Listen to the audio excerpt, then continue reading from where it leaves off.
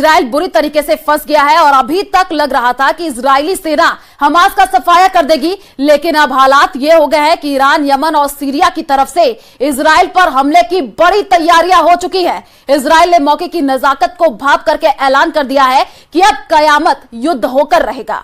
देखिए रिपोर्ट।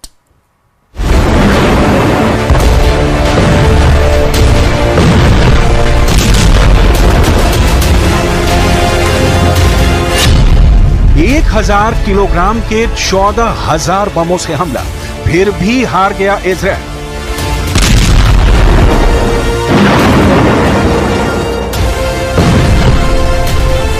जो इजराइल दावा कर रहा था कि महज 60 दिन में हमास का सफाया कर देगा, वो इजराइल 9 महीने बाद भी अमेरिका और पश्चिमी देशों से जंग के लिए हथियार मांग रहा है। जो इजराइल लेबनान में हिजबुल्लाह के 40 कमांडरों को मारने का दावा कर रहा था, वो इजराइल अब लेबनान, यमन, सीरिया और ईरान से होने वाले संयुक्त हमले को लेकर घबराया हुआ है और दुनिया के सामने कह रहा है कि अगर मिडिल ईस्ट के देशों ने मिलकर इजराइल पर हमला किया तो इजराइल कयामत युद्ध करने के लिए मजबूर हो जाएगा।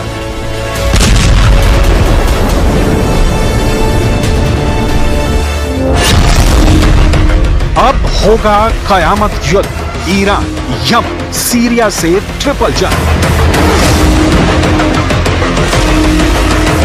प्रधानमंत्री नेतन्याहू लगभग हर दिन जंग के कमांड सेंटर में कमांडरों से यही पहला सवाल करते हैं कि हमास की आखिरी बटालियन कब खत्म होगी। इजराइल के रक्षा मंत्री योव गैलेंट अपने जनरलों से यही पहला सवाल करते हैं कि गाजा युद्ध हम कब जीतेंगे और हिजबुल्लाह के हमलों को कैसे रोकेंगे। लेकिन हैरानी की बात यह है कि अब तक इजराइल के टॉप कमांडरों ने गाजा और लेबनान पर जितने भी बड़ी जंगी दावे किए गए हों, वो सबके सब हवाई निकले हैं।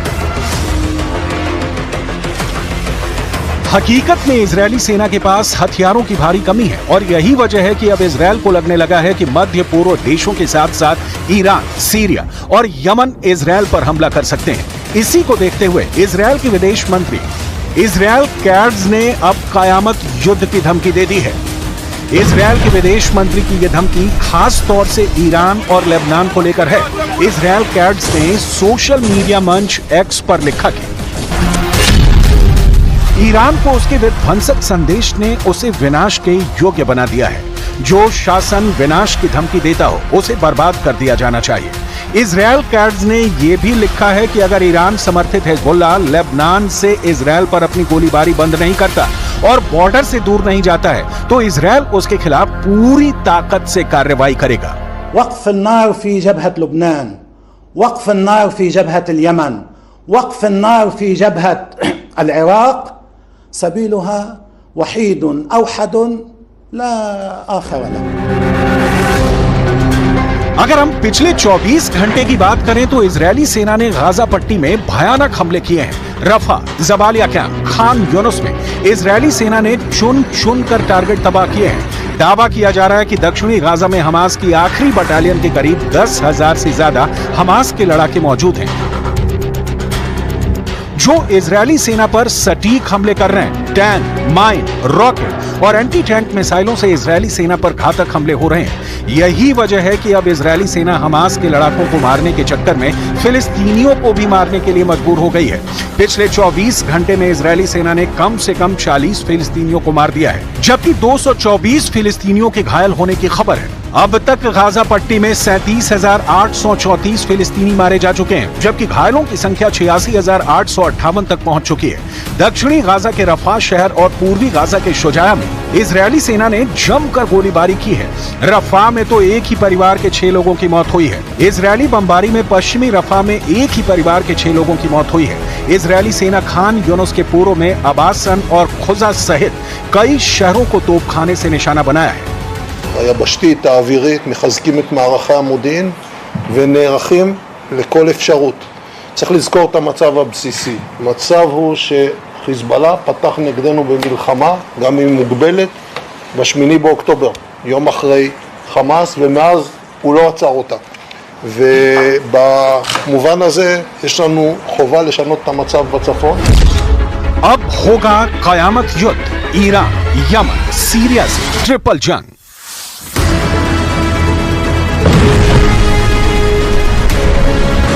लेबनान की तरफ से हिजबुल्ला, यमन की तरफ से हूथी विद्रोही, सीरिया की तरफ से स्थानीय लड़ाके और ईरान की तरफ से वहां स्पेशल फोर्स इस वक्त जंग में इजरायल को चारों खाने चित करने में जुटी है। इजरायल की नेतन्याहू सरकार भी जानती है कि इजरायल गाजा युद्ध के दौरान अब 9 महीने बाद चारों तरफ से घिर चुका है। इसीलिए इजरायल के वरिष्ठ अधिकारी ने दावा किया है कि अब इजरायल ऐसे घातक हथियार से हमला करेगा जिसके बारे में ईरान, सीरिया, यमन और लेबनान के लड़ाकों ने सोचा भी नहीं होगा। इजरायल के एक वरिष्ठ अधिकारी ने दावा किया है कि इजरायली सेना के पास ऐसे हथियार हैं जो कयामत ढा सकते हैं। इजरायली अधिकारी ने यह भी कहा कि ईरान ही नहीं बल्कि मध्य पूर्व के दूसरे देश भी उनके खिलाफ आ जाएं तो इजरायली सेना उन्हें बर्बाद कर देगी। Israel aerospace industries worker council के चेयरमैन यायर कार्ड्स ने दो टूक कहा है, इजरायल के पास एक हथियार है जो ईरान का मुकाबला कर सकता है। कार्ड्स ने भी दावा किया कि अगर हमें लगता है कि इजरायल के अस्तित्व पर खतरा है तो ईरान, यमन, सीरिया और मध्य पूर्व के सभी देश मिलकर इजरायल के खिलाफ जंग करते हैं तो हमारे पास कयामत ढाने वाले हथियार मौजूद हैं जिनसे हम उनका विनाश कर देंगे।